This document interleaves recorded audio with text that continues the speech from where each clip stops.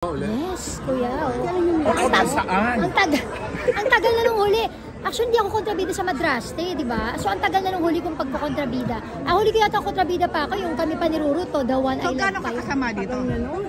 As in, di ba? Oo, as in. A-action ka rin or what? Patay na patay sa akin dito yung asawa ko, pero ibang ginaganti ko sa kanya. Sino asawa mo dito? Si Zoren. Kaya nga sabi ko, di ba? A-action ka rin. Well, hindi ako nag-action, pero alam mo yung mga eksena namin, yung mga lines namin talagang matatalas. Kinupeg mo dyan sa role? Sino ba? Hindi, actually, dahil mahilig ako mag-K-drama. Di ba? O, ganyan. Oo. Siyempre, alam mo na, yung mga, ayan, andyan yung mga penthouse. Yan, yung mga ganyan. Aluma. Hindi, in fairness, carry pa ako. Ayun. Pero siyempre, plus, i-injikan natin yung may sariling touch din natin. Bago tayo lumayo, may natanong ako eh. Ano mo naman sasabi mo kay Ruru bilang alam kong siya ay iyong kapatid sa pananampalataya? Ay, proud na proud. Sabi ko nga, proud na proud ako kay Ruru kasi ito yung masarap suportahan at tulungan na bata kasi hindi lang siya magaling, hindi lang siya dahil ang swerte niya, binibuild up siya ngayon ng GMA, kundi matutuwa ka para sa kanya kasi mabait na bata, tsaka marespeto at mananampalataya. Kaya all-out support din ako kay Ruru. Okay. Ito may tanong ako sa'yo. Kasi alam ko, di ba, naging bahagi ka ng It's Showtime. Pagbabalik ba, bahagi ka pa rin? Oo, finals okay. Namin tomorrow. Taray. So, last na tomorrow na nandun ka. Yes. At bongga, abangan nila kasi meron kaming mga kasamang hurado na talaga namang mas lalo magpapabongga sa grand finals ng minis. Taray. Ito muna, kasi alam ko, naging member. For a while, naging member ka ng naging board member ka ng MTRCB. So, nung nangyari, yung suspension na yon na yung mga pinataw, yung mga ganon, sa It's Showtime na at that time, bahagi ka pa nga, ano ang naging reaction mo? Ano ang naging damdamin mo? Bilang two sides yan eh. Naging part ka ng show at naging part ka ng MTRCB. Siyempre, hindi pwede basta-basta yung impulsive reaction kasi unang-una, ayaw naman nating maano din na dahil na noong time na yun, nandun ako sa Showtime. Although, hindi namin segment yun eh, diba? Ano nangyari?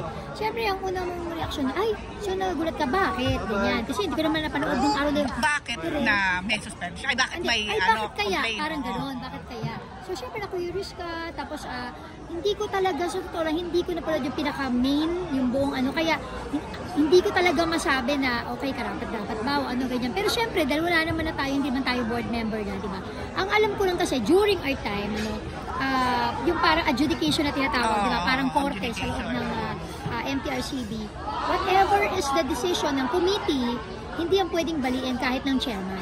So, yun yung alam ko noon, no? Hindi ko alam kung may nabago ba doon, may nabago sa ruling.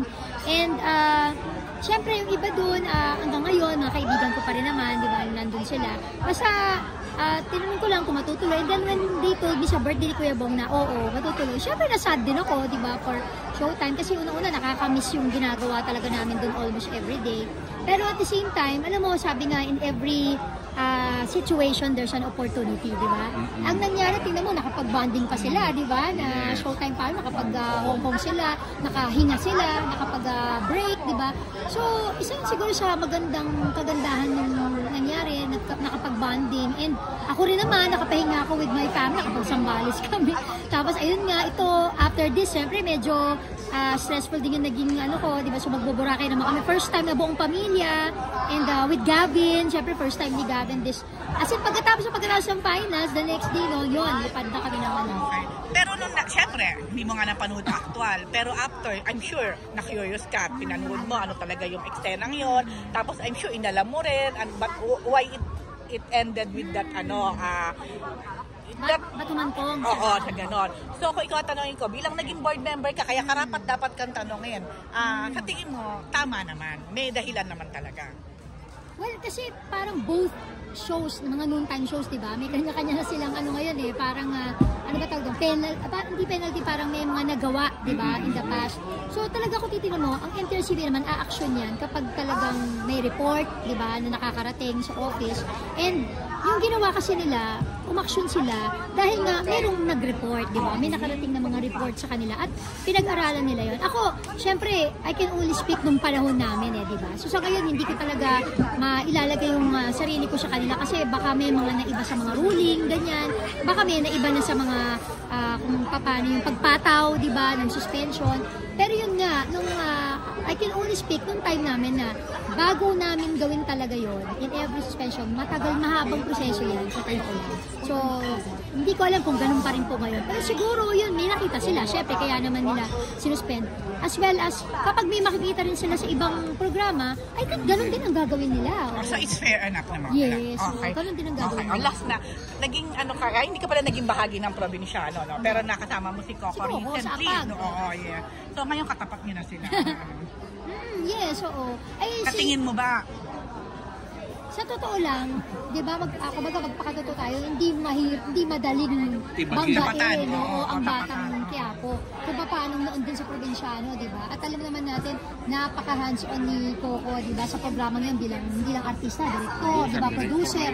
Kaya naman nakita ko naman dito sa Black Rider. Grabe din yung hard work nila para talagang alam nila syempre na ang makakatapat talaga namin ang batang Quiapo. Pero syempre, ang gusto natin dito sana healthy competition. Sana makita din nila, bigyan nila kami ng pagkakataon, no, ang Black Rider, na kung ano naman yung pwede rin namin mai-offer sa mga nanonood. Pero dahil nandito ka, malamang, ito na.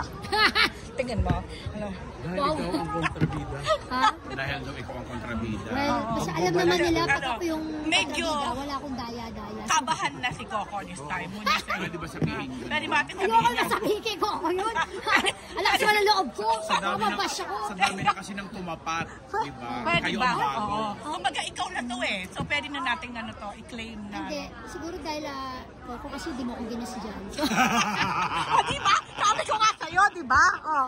Ayan kasi Coco, di mo ako ginas dyan. Andito na lang tuloy ako sa kabila. Kaya ano na lang, may the best man win. Yeah. Hindi, pero mahal ko si Coco. Of course. Oo, baka mamaya mabash ako. Ano naman, ang mga netizens na naniniwala. Ano natin title?